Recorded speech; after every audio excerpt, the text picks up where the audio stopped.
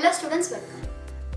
Electrician trade యొక్క ఈ సెషన్లో బ్యాటరీ ఛార్జర్ మరియు ఇన్వర్టర్ను ఎలా నిర్మించాలో, সার্ভিস చేయాలో మరియు ট্রাবলশুট చేయాలో మీరు నేర్చుకోబోతున్నారు.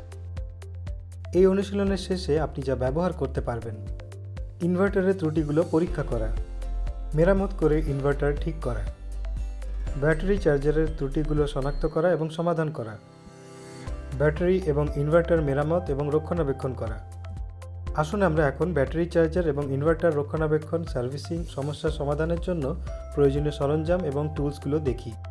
সরঞ্জাম বা যন্ত্রপাতি: trainees tool 1 set, soldering iron 35 watt 50 volt 1, desoldering gun 55 watt by 50 volt 1, star screwdriver set 1 set, ammeter 0 to 10 ampere MC 1, voltmeter 0 to 50 volt MC 1, digital multimeter 30/2 digits 1।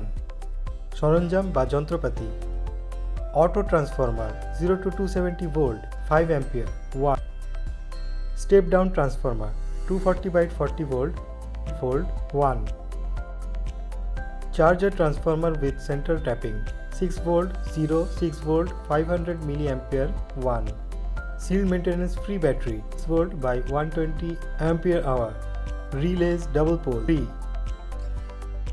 উপকরণ বা components: PCB 115 general purpose 2, push button switches 2, toggle switches 250 volt by 6 ampere 2, diode 1N4002,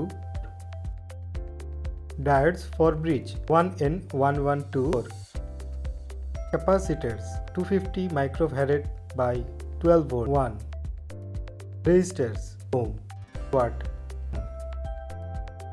pot 1.50 by 10 watt 1, low voltage lamp 0.3 volt 1, fuse 250 milliampere 1, neon lamp 1, buzzer 2 volt 1, soldering flux and 60/40 solder as required, diode IN5402 3, LED red and green, transistor 2N3055 1, resistor 2.2 ohm 20 ohm each, 1K 1 watt 2, electrolytic capacitors 1000 microfarad by 25 volt 10 microfarad 25 volt 2 numbers each, 2.2 microfarad by 250 volt 1, relay NC by NO 6 volt,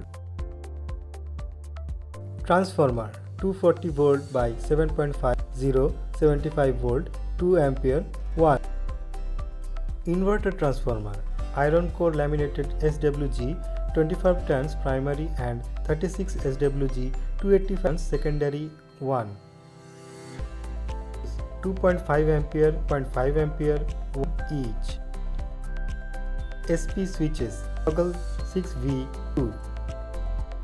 আসুন আমরা এখন battery charger এবং inverter রক্ষণাবেক্ষণ, servicing এবং সমস্যা সমাধানের প্রস্তুতি দেখে নিই। অনুশীলনের প্রথম কাজটা হলো ব্যাটারি চার্জারের সার্ভিস এবং সমস্যার সমাধান করা। প্রয়োজনে গ্লাভস, সেফটি গ্লাসেস এবং অ্যান্টিস্ট্যাটিক রিস্ট স্ট্র্যাপের মতো উপযুক্ত সুরক্ষামূলক জিনিসপত্র পরে আপনার ব্যক্তিগত সুরক্ষা নিশ্চিত করুন। ট্রাবলশুটিংয়ের জন্য যথাযথ আলো সহ যথেষ্ট বাতাস রয়েছে এমন জায়গা খুঁজুন। চার্জারটা পরীক্ষা করার জন্য আপনার যে এক পরিষ্কার জায়গা রয়েছে এবং সতর্কতা হিসেবে কাছাকাছি একটা অগ্নি নির্বাপক যন্ত্র রাখুন। যে কোনো কাজ শুরু করার আগে চার্জার যে আনপ্লাগ করা আছে তা নিশ্চিত করুন।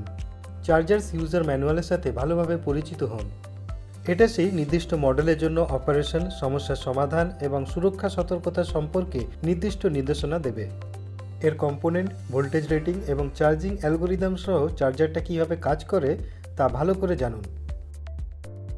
এটা আপনাকে উঠে আসা যে কোনো সমস্যার সমাধান করতে সাহায্য করবে। সার্ভিসিং এবং সমস্যার সমাধানের জন্য প্রয়োজনীয় সরঞ্জাম এবং টুলস নিন। ব্যাটারি চার্জারের কোনো রকম ড্যামেজ বা লুজ কানেকশনের লক্ষণ আছে কিনা তা দেখুন। পাওয়ার কর্ড, ইনপুট আউটপুট টার্মিনালগুলো পরীক্ষা করুন, নবগুলো নিয়ন্ত্রণ করুন এবং যে কোনো সমস্যার কোনো ইস্যু থাকলে দেখান। আপনি যদি কোনো ফিজিক্যাল ড্যামেজ দেখতে পান, মেরামতের জন্য নোট করুন। দেখানো ব্যাটারি চার্জার সার্কিটটা খুঁজুন। ব্যাটারি কানেক্টিং টার্মিনালগুলোতে চার্জিং ভোল্টের অ্যাভেলেবিলিটির জন্য সার্কিটটা পরীক্ষা করুন। যদি ভোল্টেজ অ্যাভেলেবেল না হয়, ফিউজ ক্যারিয়ারে দেওয়া ফিউজটা পরীক্ষা করুন। মাল্টিমিটার দিয়ে ব্রিজ রেকটিফায়ার আউটপুটে ভোল্টেজ আউটপুট পরীক্ষা করুন। ব্রিজ রেকটিফায়ার ডায়োডের অবস্থা পরীক্ষা করুন। যদি ডিফেক্ট ধরা পড়ে, রিপ্লেস করুন। যদি সমস্ত ডায়োড ঠিক থাকে, তবে ব্রিজ নেটওয়ার্কে এসি ইনপুট পরীক্ষা করুন। চার্জিং সার্কিট মেরামত করার পরে স্বাভাবিক কাজের জন্য চার্জিং কন্ট্রোল সার্কিটটা পরীক্ষা করুন। ব্যাটারি পুরোপুরি চার্জ হয়ে গেলে এসি মেইনসের অটো কাট অফ আছে কিনা তা পরীক্ষা করুন। যদি অটো কাট অফ কাজ না করে, তবে টার্মিনালে পটেনশিওমিটার এবং ভোল্টেজের সাথে কানেক্টেড ডায়োডটা পরীক্ষা করুন। আর যদি রিলে টার্মিনালে ভোল্টেজ থাকে, তবে আমরা এই সিদ্ধান্তে আসতে পারি যে অটো কাট অফ ঠিক আছে। ব্যাটারির অবস্থা পরীক্ষা করুন। সম্পূর্ণ চার্জ করা ব্যাটারির রেটেড ভোল্টেজের চেয়ে প্রায় 20% বেশি লোডে ডিসি ভোল্টেজ দেখাবে। মনে রাখবেন, battery voltage no load rate করা ভোল্টেজের 70%-এর নিচে নামতে দেবেন না। যদি তা হয়, তবে ব্যাটারিটা রিভাইভ করা কঠিন হবে। ব্যাটারি চার্জ করার সময় এটা নিশ্চিত করতে হবে যে ডিস্টিল ওয়াটার দিয়ে এটা উপরে রয়েছে এবং সেলগুলো থেকে সহজে বাষ্পীভূত হওয়ার জন্য ক্যাপগুলো সরানো আছে। আমাদের পরবর্তী কাজ হলো ইনভার্টার সার্কিটের সার্ভিস এবং সমস্যার সমাধান। ইনভার্টার সার্কিট সম্পর্কে পাওয়া সমস্ত তথ্য, যেমন এর স্পেসিফিকেশন, অপারেটিং এবং কন্ডিশনস বুঝুন। ইনভার্টারের ডিজাইন এবং কার্যকারিতা বোঝা আপনাকে আরও দক্ষতার সাথে সমস্যা বুঝতে সাহায্য করবে। যে কোনো ইলেকট্রিক সার্কিটে কাজ করার আগে সঠিক পদ্ধতি অনুসরণ করে আপনার সুরক্ষা নিশ্চিত করুন।